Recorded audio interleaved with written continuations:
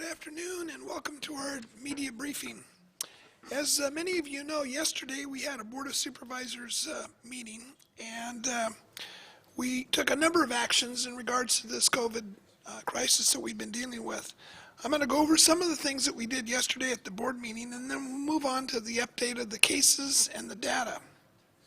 Yesterday, a majority of the Board of Supervisors agreed to send this letter to Governor Newsom, which requests more local control so we can move further into our recovery. Because of our positive data results and the good job San Diegans have been doing to slow the spread of the virus, we believe there are several Stage 3 activities that could be opened and managed and worth taking a look at. These include youth sports, fitness facilities, pools, sports fishing, tour boats, indoor museums, hotels, wineries and breweries, and theme parks. We also believe religious facilities could be opened more broadly beyond the 25% or 100-person cap the state has imposed, provided that we have another week of positive data. Each business sector would have to abide by reopening protocols showing how they will adhere to the strict safety guidelines. Before opening, our public health officer would review the protocols in detail with each sector before giving a final reopening approval. We feel we are ready to move to this new stage because several weeks have passed since we accelerated openings within Stage 2, and the data shows that these openings have occurred without any significant impact to our healthcare system. In fact, every indicator has been stable or in some cases improved. 13 triggers have been identified, including mandatory measures identified by State Health Department as well as data requests from our local hospital system leaders. I want to emphasize, however, that if we move forward, it won't be like flicking the light switch. As the governor has said many times, it's more like turning a dimmer where we actually open up more businesses and activities. Let me touch on another item that we took action on yesterday, and that was to expand our moratorium on evictions of residential and commercial tenants and renters in our unincorporated area. That moratorium expired on Sunday, and so we extended it through the end of June. We know there are many folks who are still out there that are out of work and suffering. This moratorium is intended to give them a little breathing room. It doesn't wipe away their rents. It just prevents families from being forced out on the streets. Now we know landlords have obligations to meet, and so our moratorium asks that renters pay as much rent as possible and to set up payment plans with their landlords where feasible. Every little step that we take to help people get through this rough times makes a big difference. I'm proud to propose this action along with Supervisor Fletcher, which gives a good transition to introduce him at this time. He's going to talk about these important triggers that we are following to avoid sliding back in our efforts to stop the spread of COVID-19. So let me welcome Supervisor Fletcher.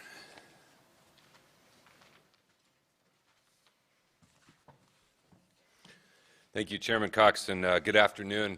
While we know there is considerable focus and energy in our community on the protest and the situation surrounding the unfortunate loss of life of Mr. Floyd and broader societal issues, our work around coronavirus continues, and our work to coordinate our effective response, monitor our reopening, and continue to move forward is ongoing. We also know that there is a number of things that continue to be in flux surrounding this, and so I just want to provide a quick clarification on the relationship between the state and the county at this point. Governor Gavin Newsom has announced that there will be local control of Stage 3 entities once the state of California provides what they call the how.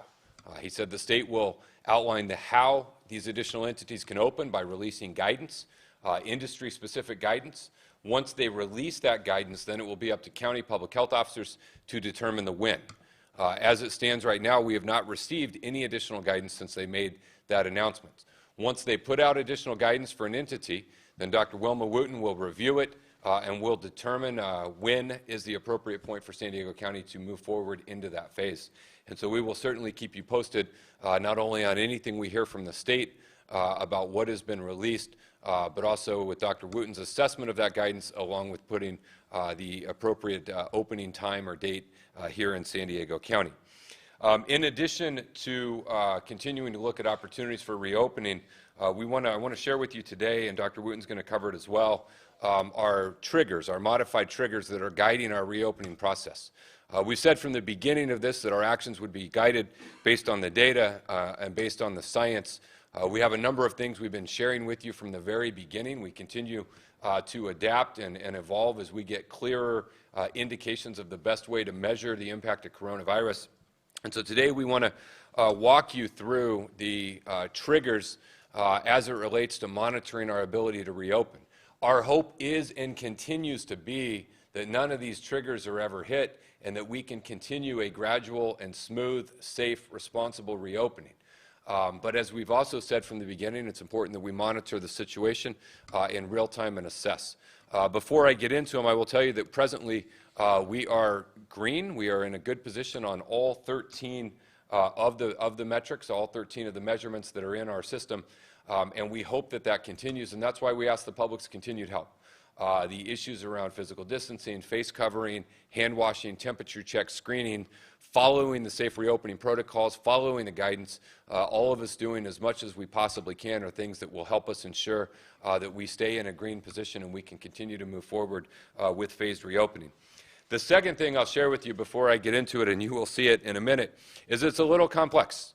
It's a little nuanced. We have tried to design what we think best reflects the conditions on the ground and best reflects our desire to continue to stay open while being mindful of the public health dangers.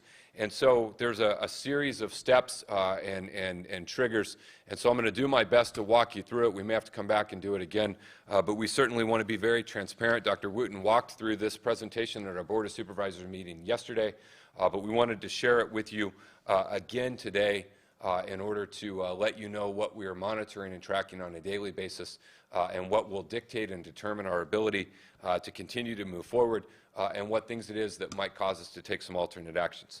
So we'll start with the first slide here. What you see here is the 13 triggers for modifying the public health officer's order. And you can see them in 3 different categories. You have them in epidemiology and surveillance. Second category in healthcare, that's basically hospital capacity. The third category there is in public health and the response. And then in each of those you see the 13 triggers broken up into those 3 categories. Now, what is important to note is what would cause us to take some type of action. There are 2 different ways that we would be required to rethink what we're doing or reassess our ability to continue to move forward. We'll go to the next slide here. The first is if any of these 3 criteria are met, if any of these triggers are triggered, then we would immediately take some remedial action as it relates to our ability to move forward. Any one of these 3 are triggered, then we would take action. The first is community outbreaks. That's no more than 7 new outbreaks in a community setting in a 7-day period. Now, it is important to note that a community outbreak is not a congregate care setting or a skilled nursing facility. It's not a healthcare entity. It is a true community outbreak out in the community. So if we saw more than 7 new outbreaks in a 7-day period, that would immediately trigger that stage. The second one would be limited intensive care ICU capacity. We report this to you daily in terms of how we're doing as a region on our ICU capacity. If we were ever under 20% availability of ICU beds, that by itself would also trigger action. The third is around personal protective equipment. If only 50% of the hospitals have at least a 15-day supply of PPE over a rolling 13-day period, that would trigger. To be clear on this, it is any of these 3 criteria. Any one of these 3 would cause us to take action. What would those actions be? We'll go to the next. It depends on the action. It depends on a number of circumstances around what caused us to hit that trigger. But we have a range of options at the public health officer's discretion. The first would be industry-specific action. This could be an individual company might be closed because perhaps there's something, a significant outbreak or something that's happening there that's causing problems. It could be industry-wide, a certain segment. If there's clear and compelling evidence that a certain segment is causing problems, it could be that segment. It could be things tied to our healthcare industry. Maybe we dial back elective procedures or we do some other type of action, surge capacity, but it would be industry-specific actions that could run a wide range or gamut of options. The second thing, if we hit a trigger, could be simply pausing. Go back. Could be simply pausing, which just means we're going to stop where we are. We're not going to open up anything additional. We're going to pause. We're going to monitor the impact on the metrics, and we're going to continue to evaluate where we are. And then the third and more drastic step would be countywide dial backs of entire steps that we've taken positive. Now, again, we don't want any of these things to happen, which is why we continue to move cautiously. We continue to move methodically. We continue to move slowly. But if any one of those three triggers I mentioned were hit, then these are the range of options that we could take under the public health officer's discretion in terms of addressing that. Now, there is a second way that we could also be forced to take action. Let's go to the next slide. This slide, again, has all of the original 13. And we highlighted for you on a previous slide, in a previous effort, we focused in on the three that by themselves would cause us to move backwards. Those three are number 2, number 7, and number 9. But in addition to any one of those, with the remaining ones here, if we ever hit a situation where one or more of the triggers in 2 of the 3 columns are met. So what that means is, if you look at what is left there, you see 2, 7, and 9 are in a different color because those are standalone triggers by themselves. But let's say those 3 are still in a green position and they're good. We have not hit those triggers. If one or more of the remaining criteria in 2 of the 3 columns are met, then that would also cause us to take action. The actions that we would take for this triggering effect would be exactly the same as the others. So again, I know that it is a little bit confusing, and we will certainly walk through this multiple times, but at its core, if you look at trigger items 2, 7, and 9, if those are hit, that by itself is enough for us to have to take action. And I walk through the range of actions. If those 3 are green, we have not hit those, then if one or more of what is left in 2 of the 3 columns are met, that would also cause us to take action. We are trying to design a system that really takes into account a realistic condition of what's on the ground. We also don't want to have a situation that causes us to too quickly or too swiftly trigger and have to take action. And so although I know it comes across as a little complicated, it is based on a series of best practices, evaluations of other jurisdictions, consultations with healthcare leaders from a number of places, and trying to give us the best and clearest sense of our progress as it relates to a region. And Dr. Wooten's going to walk through where we are on these, and then we'll be modifying our presentations to be more aligned with regularly providing you the updates on where we are on these 13 triggers. So with that, let's jump into our daily update, our charts today. The first here, we have a new record for number of tests. Today, 4,940. We had a little batch come in from one hospital system, but we are hopeful that we continue to move upwards. But we're significantly over today, our 7-day rolling average. We've had some challenges with the state testing system reporting back. Those tests are still being conducted. There's a little bit of lag in getting those back. But again, we want to get over that 5,000 number. We want to stay over that 5,000 number and continue to advance forward. Contact tracing continues to increase. We're now over 400, on the way to our initial goal of 450 at 408. And so that continues to work well. And then our public health motel rooms remain available for those in need of isolation treatment. In terms of our cases today, we're reporting 124 new positive tests, again, out of that 4,940 total tests for a 3% average, just barely de minimisly above our 14-day rolling average. Our 14-day rolling average is 2.9. Yesterday we were 3, today we're 3. Previous days we were 2. So again, this remains flat, which is encouraging. Next, we'll look at our hospital daily census in San Diego County. You can see ICUs down a little bit from yesterday. a little higher than the day before, but again, holding considerably flat along the line there over the preceding 30 days.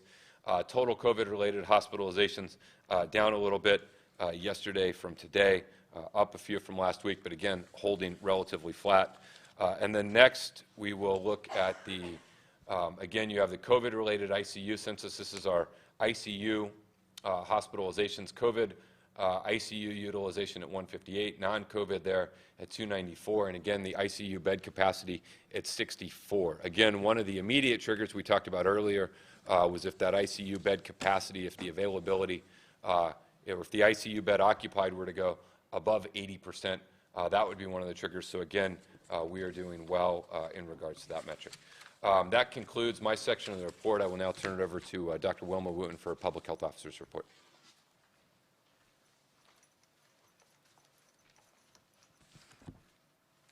Good afternoon, everyone, and thank you, Supervisor Fletcher.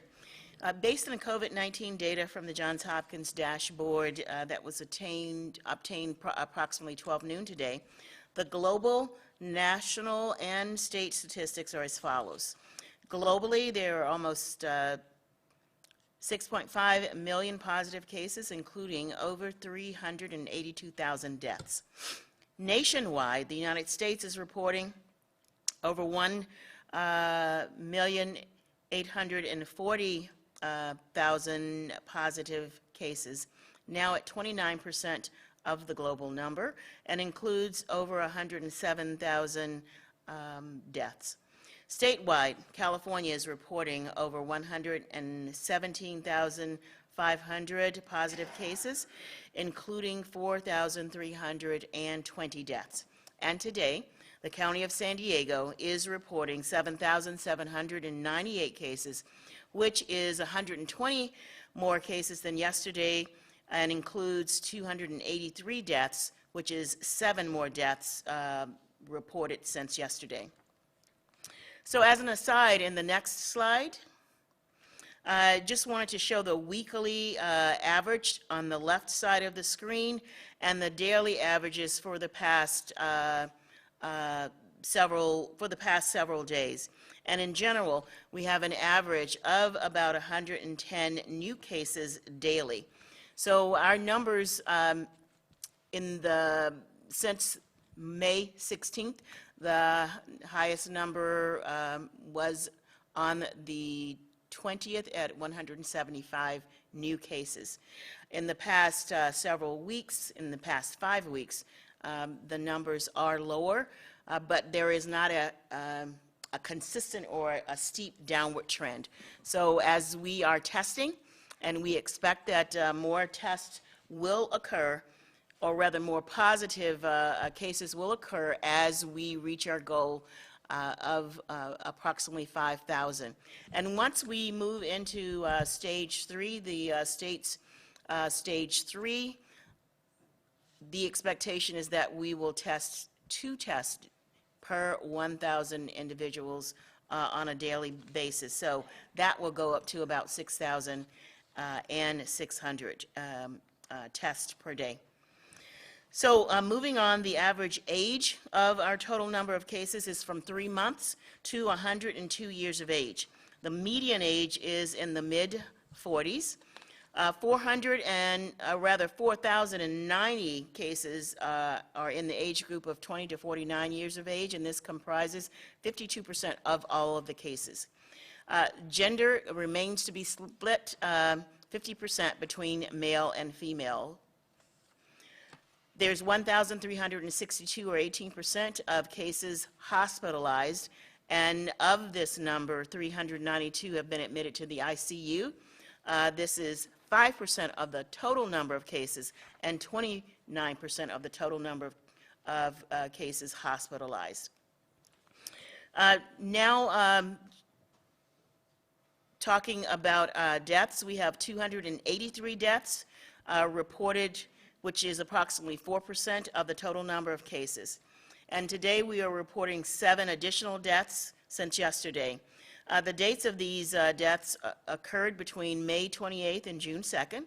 The age range is from 62 to 91 years of age. 42% were female, 58% were male. 271 had underlying medical conditions, which represents 96% of the total number of deaths. 11 of the total had no underlying medical conditions, which is 4% of the total number of deaths.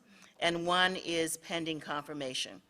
Regarding the race and ethnicity for all deaths, we have data for 99%, or 278 of the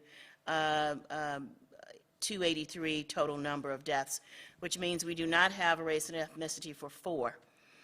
Of this total for which we have data, 121 or 43% were white, 119 or 43% also were Latino or Hispanic, 27 or 10% are Asian, 8 or 3% are Black or African American, 2 or 0.7% are Pacific Islanders, and we have 1 each, which is 0.4% American Indian, and an individual of multiple races.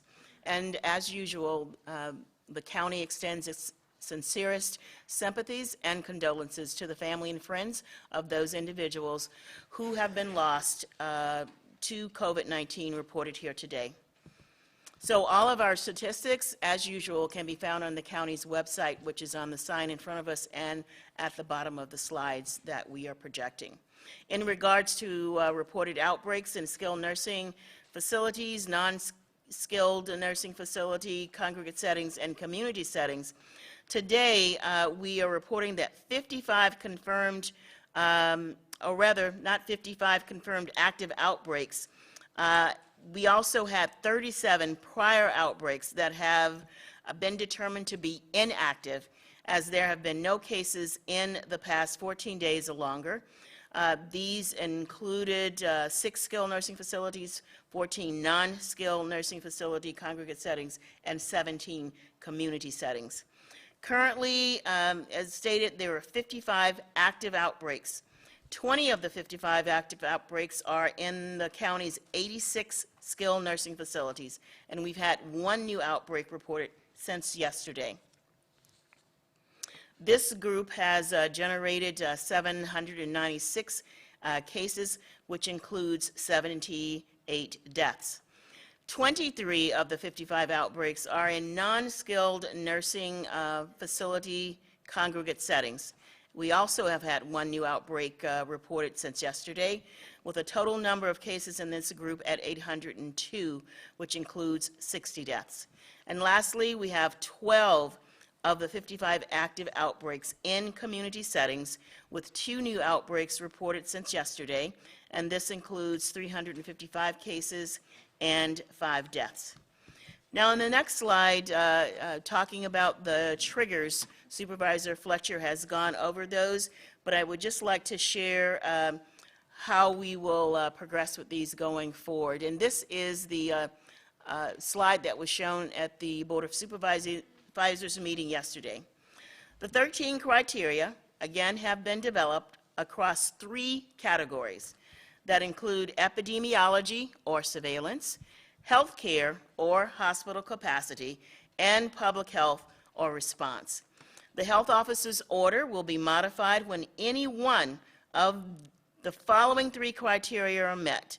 This includes community outbreaks, or PPE supply, or ICU capacity. So if any one of those 3 metrics dips into the red and goes beyond being green, that is a trigger, and action will be taken. Another scenario could be when 1 or more of the remaining criteria in at least 2 of the 3 columns also are met. And Supervisor Fletcher gave a great example and depiction of that.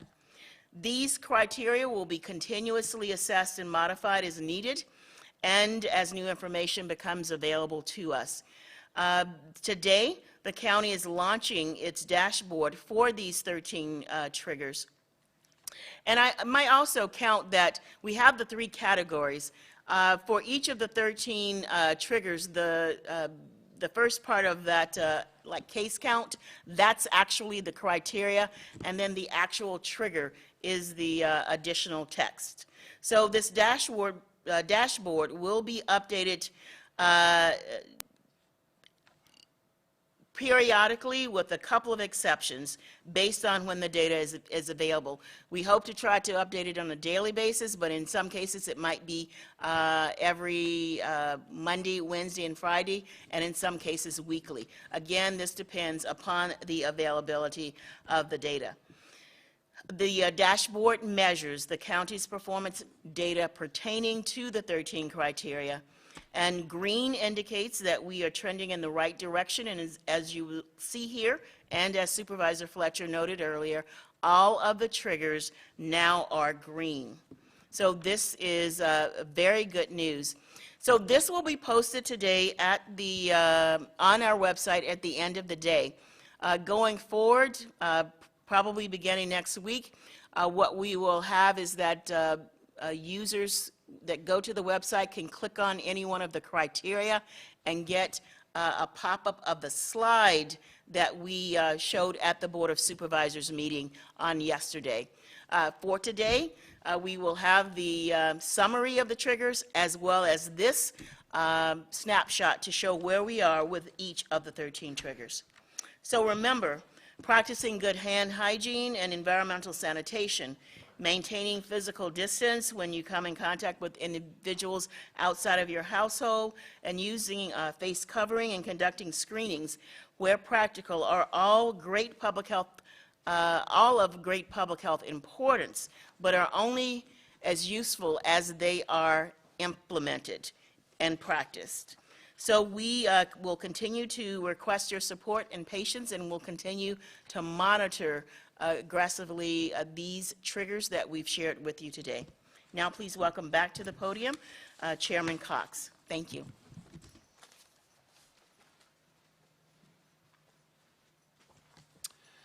Thank you, Dr. Wooten. We'll go directly to the questions.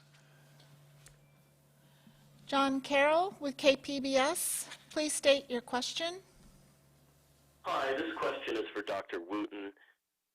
Doctor, as Chairman Cox referenced earlier in this news conference, the Board of Supervisors voted to send that letter to allow us to have more local control and be able to move further into stage 3.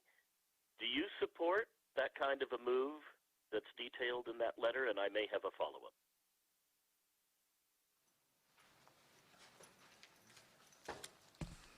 Thank you for that question, and yes, we are in support of the letter that's being sent to the state. We recognize we recognize that our community is hurting in terms of businesses being closed. Our metrics support the fact that we can open, and as we have not received guidance, but we are submitting this letter. The Board of Supervisors are submitting this letter, just as we submitted the pilot program. And thankfully, some of those items on the pilot program were implemented. So as this information is sent to the governor, we hope that other industries will also open up. Thank you very much.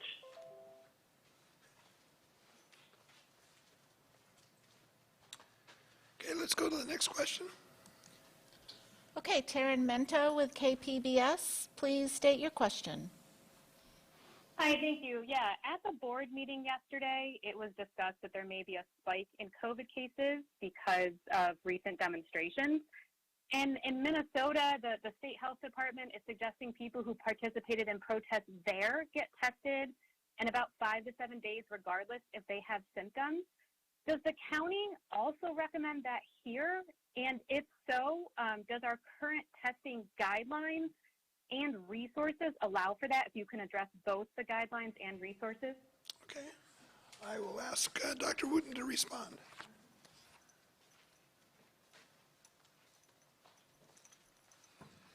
So when you are exposed, so the assumption might be that there would be people that are in the civil unrest that might be potentially infectious. And as people are exposed to them, they may also become infected. We do not have that same recommendation at this point in time. We are aggressively monitoring cases and inquiring about their activities. If an individual or a case is identified and positive. So at this time, we are not doing the same thing as Minneapolis is doing, but we are aggressively monitoring new cases over the next 14 days. And that's not only for the riots, but we're doing that for the industries that are opening up, asking people about if they've attended worship services or any restaurants. And if we see any patterns, then we can go back and interview individuals. So that's our strategy at this time. And as a follow-up, the protest against stay-home orders last month, did we see any sort of spike or increase related to those gatherings? I am not aware, we're not aware of any specific outbreaks or spikes in the number of cases as it relates to those particular outbreaks. Oh, I'm sorry, as those particular riots or peaceful marches. Thank you.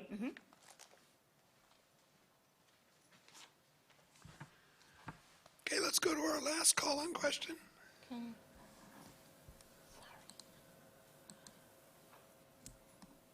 Will Huntsberry with Voice of San Diego, please state your question. Hey there, everyone. I was lucky enough to listen to the presentation today about the 13 triggers. So I think I mostly get it.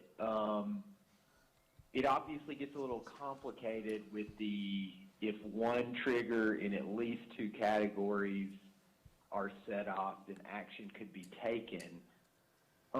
What I was wondering is, does that mean that if all four triggers in the public health or in the response category, if all those went off, no action would be taken?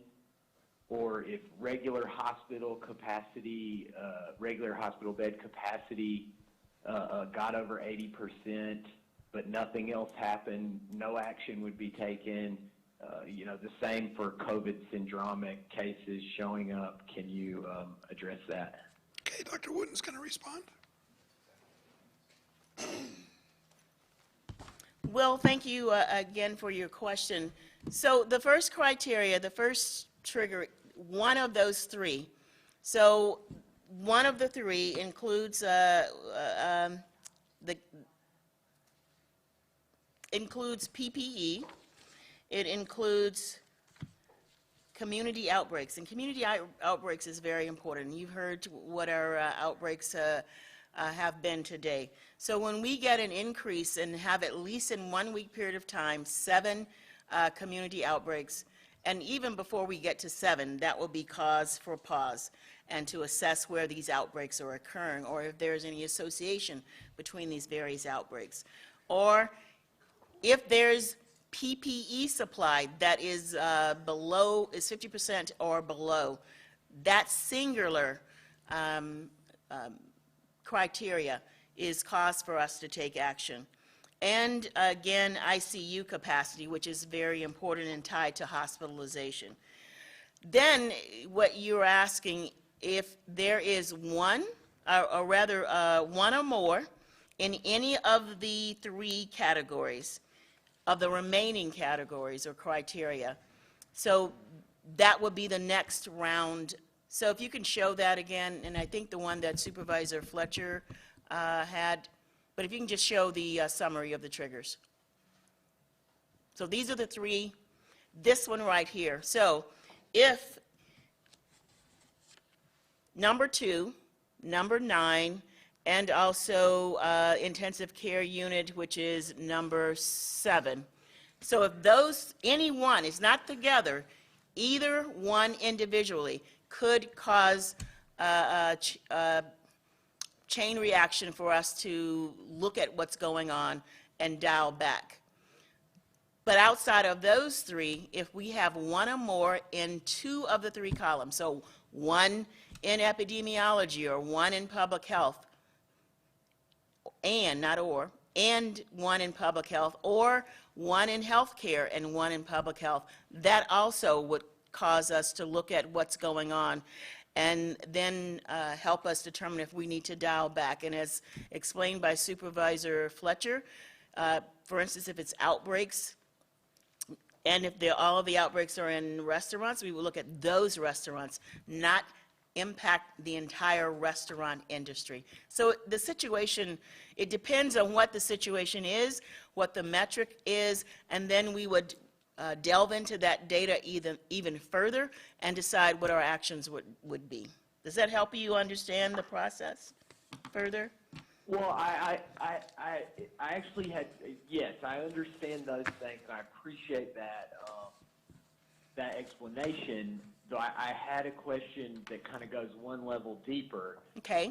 You know, what if only number 5, hospital capacity, approaches 80%? What if only number 5 gets set off? I mean, that's a pretty scary metric, but if only that one gets set off and nothing else, the public health department can't take any action yet. Is that correct? Well, we would look at all of the metrics, Will. I mean, nothing is in isolation. I'm trying to bring up the summary. Could you please bring up this summary? So number 5 is hospital capacity. Certainly, if we are approaching, and we wouldn't wait until hospital capacity reaches, if everything reaches 80%, we would start to look at that, but well before that. Right now, we have 35% capacity available, and we've been at about 65%, thank you. We've been about at 65% consistently of hospital in capacity being utilized. If we started going up to 70 or 75%, we would be concerned and would start talking with our healthcare systems to take action. So we would be looking at all of these individually, but those are just some triggers that we wanted to provide to the public that could give you a sense of what actions we would take if those triggers were met. I mean, keep in mind, we have not, this has never happened before, so every time we see changes in the metrics, that will necessitate potentially a change in our modifying our targets as well. Does that help Right. help you understand more? I think I have it now, yes. Okay. So it sounds like it would be safe to say, you know, it's within your jurisdiction as the public health officer or in your department's jurisdiction to, you know, if one thing is really concerning, you could still take action if you needed to. Absolutely, absolutely. Got it. Okay. Thank you so much, Dr. Thank you, Whitney. you're welcome. Dr. Wooten, I'm sorry, we've got several questions in a row for you. The first one is a bit of a narrative from Nelly Cervantes from El Imparcial, Tijuana. So I'll read the narrative, and then she has a couple of follow-up questions. People in San Diego fear that Tijuana residents are bringing COVID to South Bay hospitals on the other side. People in Tijuana believe it is California residents who introduced coronavirus to the Mexican side because they keep visiting family members in Baja despite the stay-at-home orders on this side. I would like to hear the perspective of the doctors on both assumptions based on the data they've seen since the start of this pandemic. Well, first of all, we have U.S. citizens and legal residents that live in Mexico but are U.S. citizens of the United States. So most of the people that, actually, the individuals that are being admitted, if they come from Mexico, are U.S. citizens and residents and have the right to utilize our healthcare system. That's number one. There's not a horde of individuals that are not residents coming from Mexico being admitted to our hospitals here in San Diego. So if that is the perception that individuals have, that is the wrong perception, number one. And this is we have a global society. People are global, moving back and forward across the border. People have family in Mexico. People live in Mexico, have family in the United States. So disease travels, and the borders knows no, it has no respect for disease. So you know or recognize that the border has been closed to individuals except for those essential workers and American citizens or legal residents. And those are the individuals that are currently crossing back and forward across the border. And she was kind of following up with, do you have any updates on any cross-border spreading? We know how many individuals, say for instance, of our cases live in Mexico. We have close relationships with the Mexican government, and they share with us what's going on their side of the border. Last week, a presentation was provided and showed that Tijuana probably peaked at about the same time that we did, as well as Mexicali last week was going through its potential peak. Things seem to have quieted down. There's always going to be movement back and forward across the border, but we will continually closely monitor that. And has been stated previously, there is a task force that looks at border activity that is composed of over 20 different federal, state, and local agencies, including our county, including EMS, Border Protections, the Port Authority, the City of San Diego, and looking at transports, looking at hospitalizations, and also looking at border crossings. So all of those, this issue is being closely monitored by a lot of people. Thank you for that. I have a question from Julia News, and it's regarding a waiver. Could a small Back County community get a waiver from restrictions on group activities? We've only had 2 reported COVID cases. We are not issuing any waivers now. And this question is from Mike McKinnon with KUSI News. Dr. Wooten recently said the stay-at-home orders saved thousands of lives. Now that thousands of people are disobeying those orders with protests across the county, how many new coronavirus cases and/or deaths do you expect as a result of these large gatherings? I can't begin to predict what will occur, except that there is the potential for new cases to occur if there are infected individuals involved in the civil unrest and other individuals are infected. And actually what we've said, and it is not just what I've said, it's what the data has proven based on the modeling conducted by Dr. Natasha Martin, and then Johns Hopkins also did similar modeling, and they were both the results were both very close. Anywhere from 12 to 15,000 deaths were potentially prevented as a result of the non-pharmaceutical interventions that were implemented by San Diego. Thank you. And this question is from Paul Sisson. Has the county detected any cases related to exposures in locations recently reopened, such as beaches, restaurants, casinos, barbershops, or salons? Well, in terms of the restaurants, they have not been open 14 days yet. So in a short, Paul, no, but we are closely monitoring. As stated, we ask questions as new cases are now occurring so that we can potentially pinpoint if there is a particular industry that is associated with the new cases. And this last question is from Taryn Mento with KPBS, a follow-up to her call. As I understand it, the board also voted in favor of opening all beach parking lots and allowing all activities at beaches. When does Dr. Wooten expect to approve those steps that the board recommended? So it is not within my authority, it's within the authority of the cities, and as has been stated by Supervisor Fletcher before, we coordinated this effort with the cities, the coastal cities. And so we are working collaboratively with the coastal cities and to open up, and it's based on when they want to do that. Thank you, Dr. Wooten. Thank you.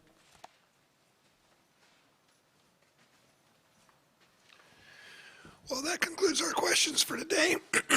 We will not be holding a media briefing tomorrow, but our communications staff will send out a daily update. And for ongoing updates, again, we encourage you to please get on the coronavirus website at coronavirus-sd.com. That's it for today. Please stay safe, San Diego, and we'll see you on Friday.